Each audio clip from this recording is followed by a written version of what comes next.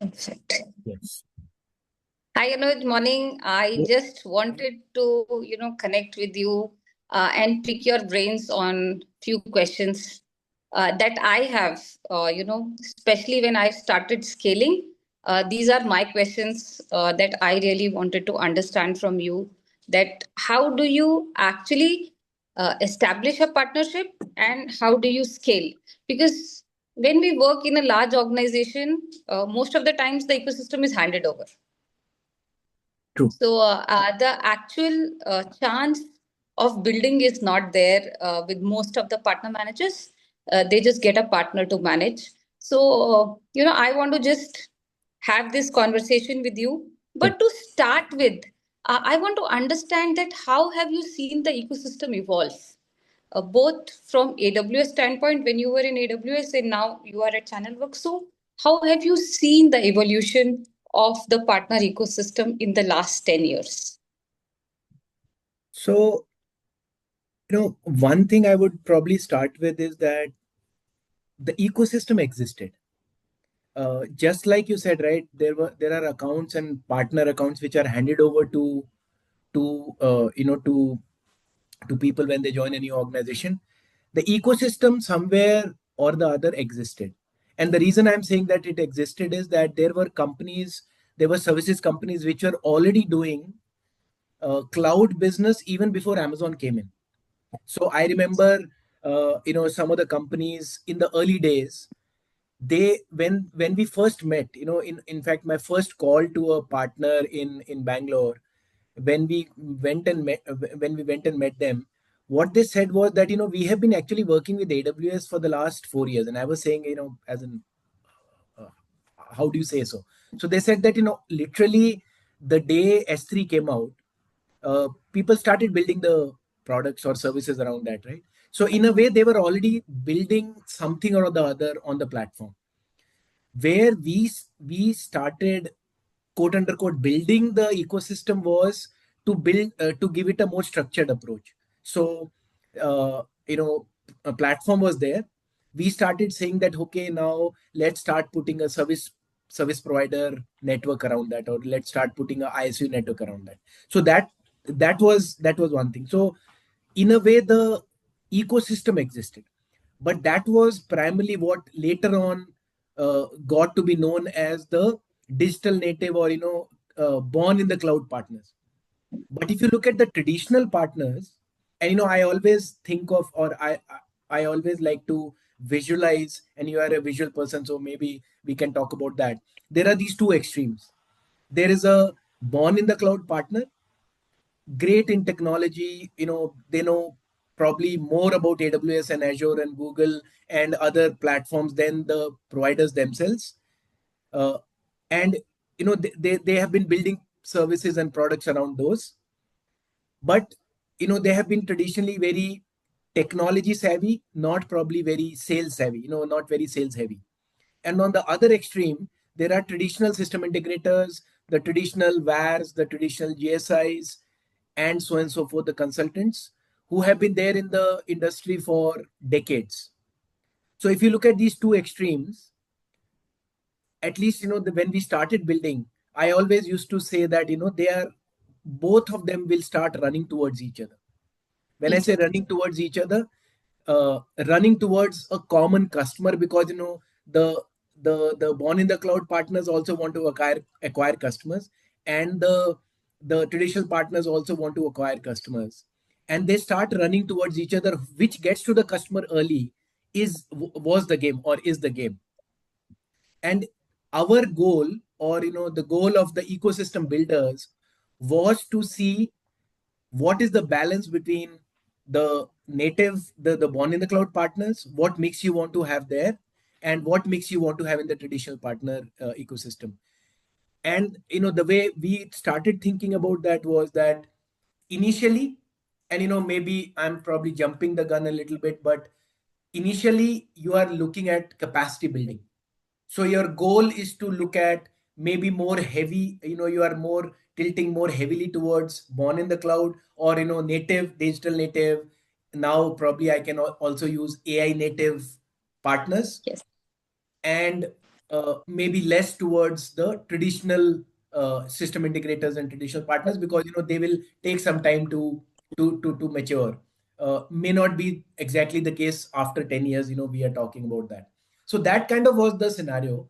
I also say that from a traditional ecosystem perspective, I would say the ecosystem has been fairly finite. And that, I don't need to tell you, but if you look at, there are probably about 2,000, 2,500 partners, give and take. That ecosystem has not changed much. Right. They carry new products, they carry new solutions, but that ecosystem is finite. What has been evolving is a crop of partners, whether you want to call them digital natives or you want to call it in any other name. Probably those have got added to that mix, but even then, possibly about 15-20%, not more than that. That, if you ask me, is the evolution in terms of how so when we initially came in, that was what the ecosystem looked like. And over the last 10 years, I would say both of them have been running towards, if I take the same analogy, they've been running towards those customers. Both of them have had their own pace. So the traditional partners have acquired a lot of skills. They have acquired a lot of cloud skills. Now they are acquiring a lot of AI skills, probably faster, because cloud was very new to them, so they were slow to start. But now they know that with AI, there is no I don't think they'll get the same kind of leeway they had with the cloud in terms of Out. being upskill.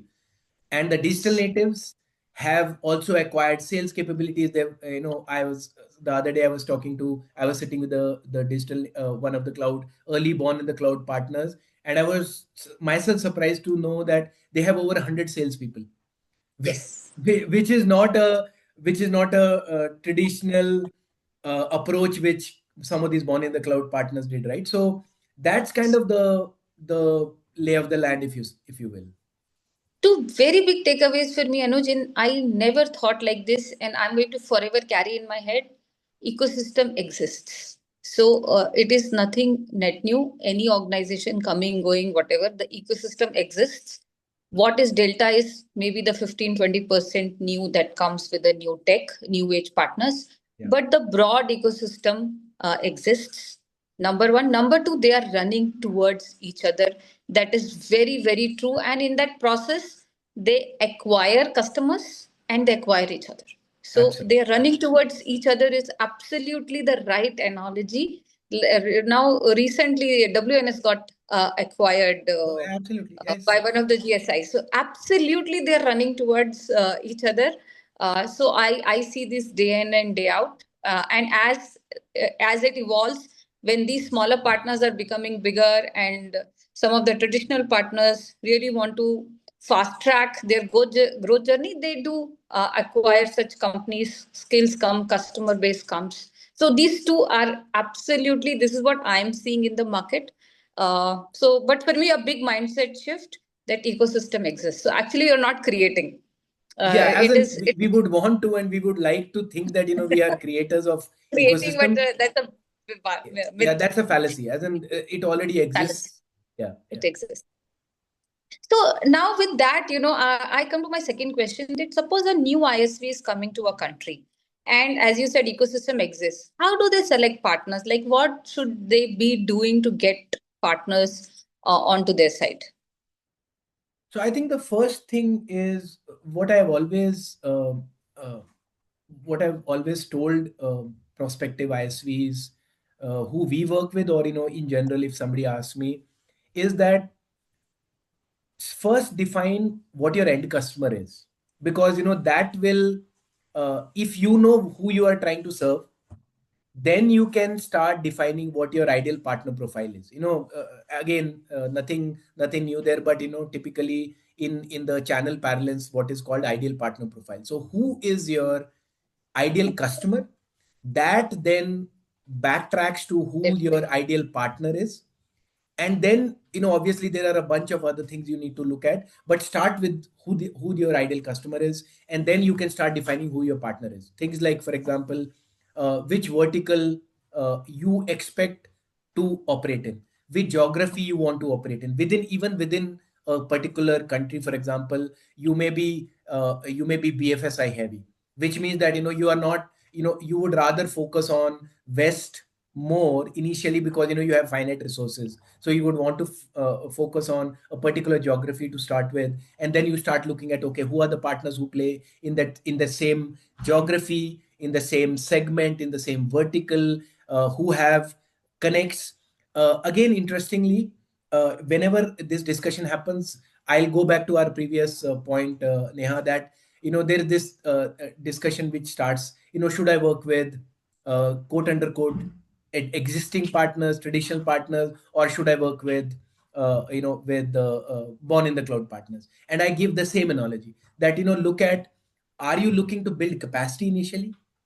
Are you looking to build contacts? Are you looking to open the doors quickly? And if you are clear about that, then you know which partners to Which start partners to? working with. Because if you are looking at, if the other thing is, I always, and we have spoken about that in our earlier discussion, yeah, that people, some of the when you are building the ecosystem, people forget that partners don't sell your products. Partners are building their business, Their business. and if they are building your business, you are, if you are incidental to their business, they are not going to focus on that. Which means that, Yes. are you relevant to what you are selling through them? And if you are relevant, and if they can build a, for example, if they can build a practice around your product, if they can, if they see long term bets, and if you're not like, hey, I'm looking to enter a particular customer, can you give me inroads? That discussion can happen probably for some time. But if the partners start seeing that this is a very point in time and a very transactional relationship, they are not going to work with you for long term.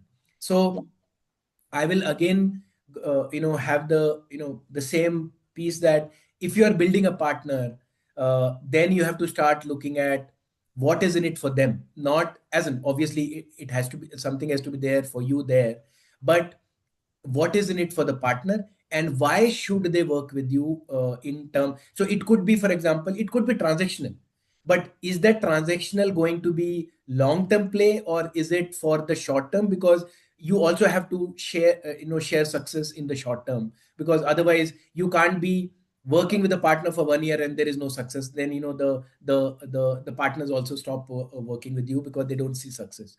So it has to be a balance between two different types of partners. It also has to be balanced between what your goals are short term, as well as what the partner goals are short term and mid term and long term. So that's what I would say initially.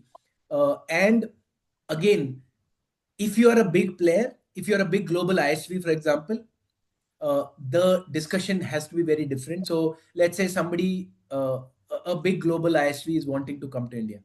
They are known. Then the discussion can be very different, because then you are not an unknown entity. Right. Whereas if you are a new SaaS product or a new AI product, and you are coming to the country for the initially, nobody knows you, then you need them more than they need you. Yes. So the discussions, maybe I'm being very broad in my guidance, but the reason I'm being broad is because based on who you are, uh, not literally I'm It saying physically, changes. yeah. Yes. Based on that, then you have to start moving the needle in terms of which way your ecosystem has to be built. Has to be. I know now I have a follow-up question. It's very, very tactical. Sure. If you are an unknown ISV and you are entering a country, uh, how do you find partners who are willing to work with you? Do you host technical meetups, or you get a database, or you do a mix of both, or you go to distributors? What should somebody who is coming with lesser brand name and a newer tech should be doing? So I always say that from a acquiring of partner perspective, this is a parallel motion. Nothing in the initial days, and since I'm also myself an ISV, nothing in the initial days can replace the direct sales motion. And what I mean by that is the founder led sales in the initial, couple of years, I would say, cannot be replaced, because that is where you are establishing credibility in the The market. product. Yes. And absolutely, so you are establishing credibility, you are establishing product, and that has a rub off effect on the partner ecosystem. And what I mean by that is, you are new to the market, but if you have credible names on the slides, for example, let's say AWS uses you, that's such a kicker for the partners, because they know that AWS will not use you unless until you have all the ticks in the box. Box. So when you are looking at partners, you start first building your own credibility. And as you start building credibility, again, the fact is that whichever, segment you are in, if you are building a product, chances are that you are working with one or the other hyperscaler. So a lot of your initial credibility is built on the fact that you are building your product on a particular hyperscaler.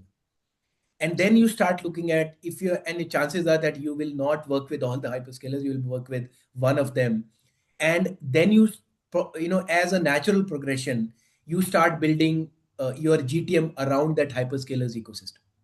So what I've seen by and large is that you are working with AWS. For example, we are all in with AWS, which means that AWS. for us, the natural progression for us was to start working with the AWS partners and the AWS ISVs, because we know them well. We also know they are all with working with AWS. So the foot in the door and the entry point is easier.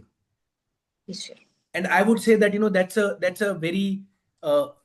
a very good way to start, because you don't have to establish your credentials all over. And obviously, then the partners are also established partners, and they are also part of an ecosystem. I really like this model. So actually, second time my myth is busted that you don't really create; it exists. So more and more, it is like Dora the Explorer kind of a thing, that it already exists. You only have to go and explore and find the best fit for your problem. If you're acquiring customers, then you need partners who will help you acquire.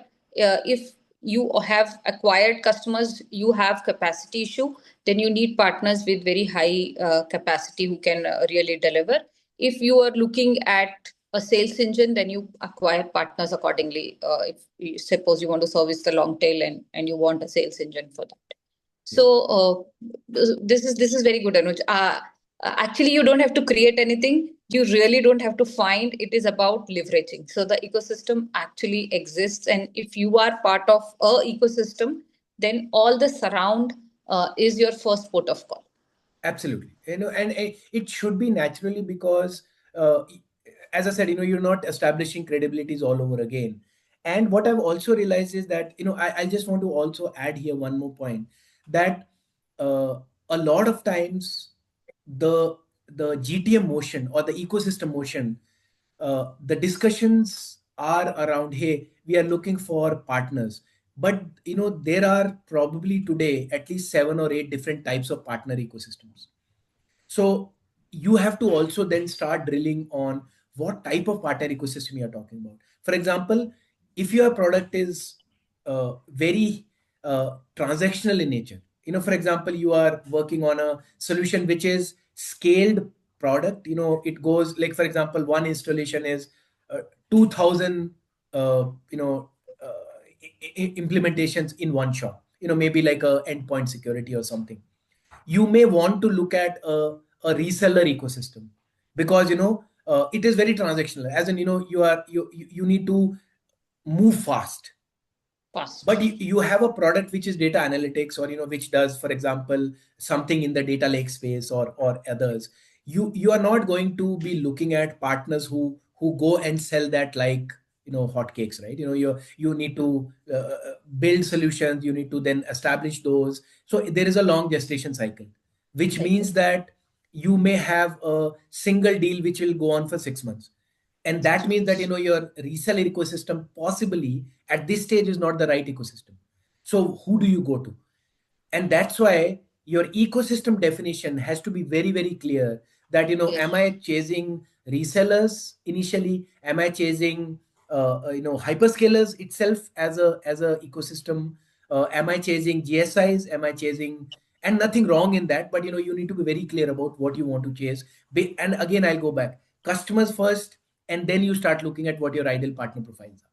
Profile is okay. Very clear to me, Anuj. Now I have a follow-up question, right? We talked about a unknown ISV coming and trying to establish, but if you are a known brand, say somebody like a ServiceNow, Databricks, Snowflake, they're all established ISVs, and a new ISV, suppose like that with a good brand name is coming to India. How should they be building the ecosystem? So again, maybe cliche, since we've already spoken, they don't build ecosystems. Okay, yes. But Or yeah, how do they yeah, discover, or how do they yeah, attract partners, the right partners? yeah, Because everybody will approach them. So I will refine the question. It will be like a honey pot, right? Everybody yeah, will start flocking. So yeah. how do they pick the right partners? Because everybody wants to partner. So I think they have, they have a easier, their life is much easier if you ask me. If your card shows that you are from ServiceNow or whatever, you're a big brand, Big brand. chances are that, doors are already opened, nobody will say no to you for a meeting. What I realize is that, uh, typically when you are a big brand, you would want to work with partners within the same type of products. For example, let's say I'm a service now, I'm in the ITSM space, or I'm in that space. uh, Typically I would want to work with partners who work in that space. But because, and the other thing is, people think that, because I am a big name, chances, the thing is, partner will automatically want to work with me, which is No, true. But the point is that, you are also entering a market for the first time. There are already yes. established players. You may be a big player, but Established there are place. established players. Yes. So Yes.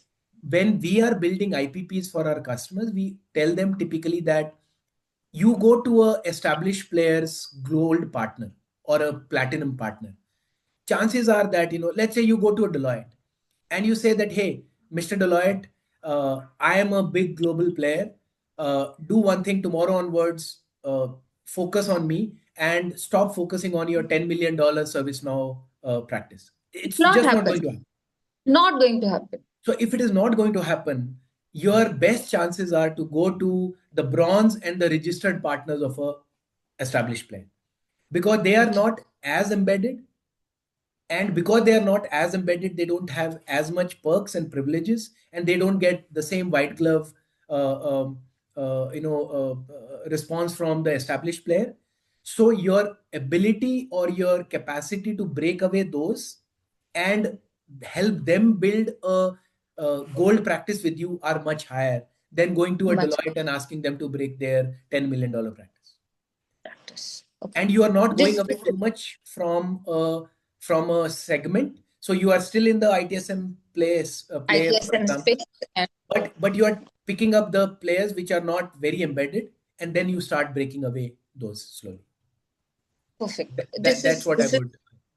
Anuj, I have two follow-up questions and very Sure. tactical ones. There are a lot of third-party services which are available for startups today, like taking a third-party service, who people who will shortlist partners for you, or they'll run the channel for you, or getting a database. In your experience, how effective that has been, and that is something I have never utilized, because I have always worked with GSIs and it's a finite set. There are Yeah. only 16 to 20 GSIs that you can work with. Yeah. So that is why I'm a lot more curious, saying when you have a vast ecosystem, what do you do? Yeah. So one is, at least in my experience, I haven't seen databases really work, Work. Okay. because one is that, because databases have become dime a dozen. You can, people literally sell databases like, vegetables. As in, you pay $2,000 and you get 5 million records in US, or you get a top 5,000 whatever data set in India. The problem with that is, one is that, these databases, because they are become like vegetable, everybody has access to that.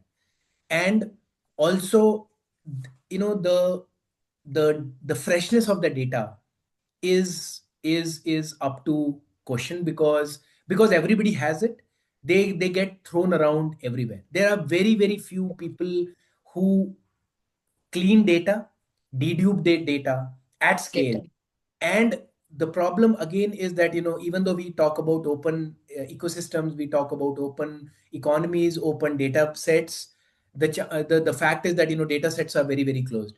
For example, cannot get any data out of LinkedIn because LinkedIn has no APIs.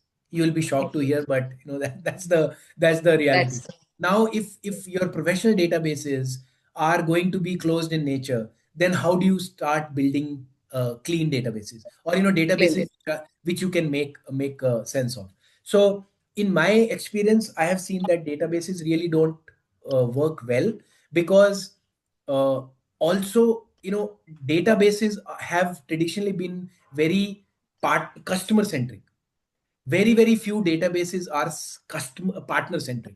For example, there Central. are global, very known databases like Apollo and ZoomInfo, but they are very customer centric. So you can Customer centric. ask for, or play databases like, say, Lucia, which are very customer centric.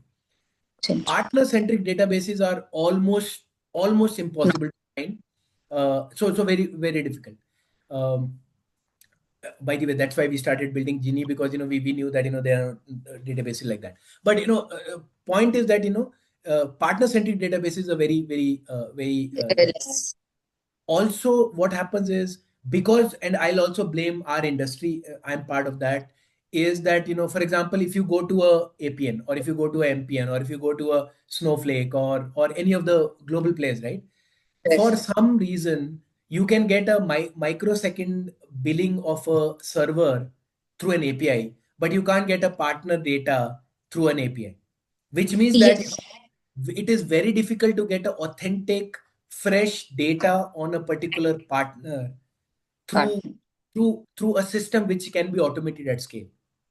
So that's why I feel that databases really are, at least on the partner side, are It's very not.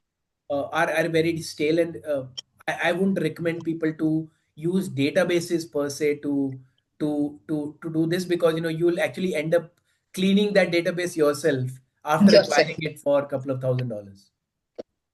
So, how do you meet them? Like host events, host tech sessions.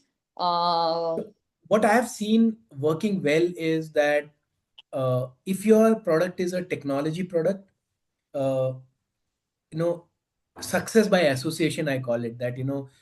For example, if you are working in the banking industry, how can you build thought leadership around that? Around it. And Perfect. that, if you associate yourself with a few, for example, influencers, if you associate yourself with a few podcasts, if you associate yourself with people, companies, associations, and so on and so forth, which work in that domain, that can be a very good way to start building. And Good. like anything, right, it takes time. I don't think there is a magic wand, and I don't think, if you are in that segment, you can replace a process of building ecosystem with just acquiring databases and calling, because nobody's going to give you time for that. But if Time you for that. slowly and steadily build your, as I say, success by association, that will have far longer, I would say, success than. Beautiful. I had never thought of success by association, especially for partner ecosystem. For customers, I have used it for a very long time, but I never thought that, partner acquisition is also very similar. That you connect with influencers, with your key customers, go to past podcasts, create that content, and then you will start attracting the right partners, actually. The That's movers and shakers of that vertical, of that particular product would want to know what are you doing in that space. And once you build thought leadership and then you host people, it's more likely that they will come in and you have a better chance of having a conversation. that's right. This is very nice, Anuj. This takes me to the next part, right? Now that we have identified partners, Yeah. and if the gold partner is not working, at least the bronze and silver have started working with us. We have our ecosystem in place. How do you scale? Like, what is your framework for scaling? Uh, I am working at a hyperscaler. So for us, collaboration agreements, are something we find a lot of, that is the buzzword. If you really want to scale with a partner, you sign a collaboration agreement where they build a sales team around your product, they build solutions on your product, or it is lighthouse strategy that you go deep with a few, or you build a battalion of partners. What would be your scaling framework that you would swear by?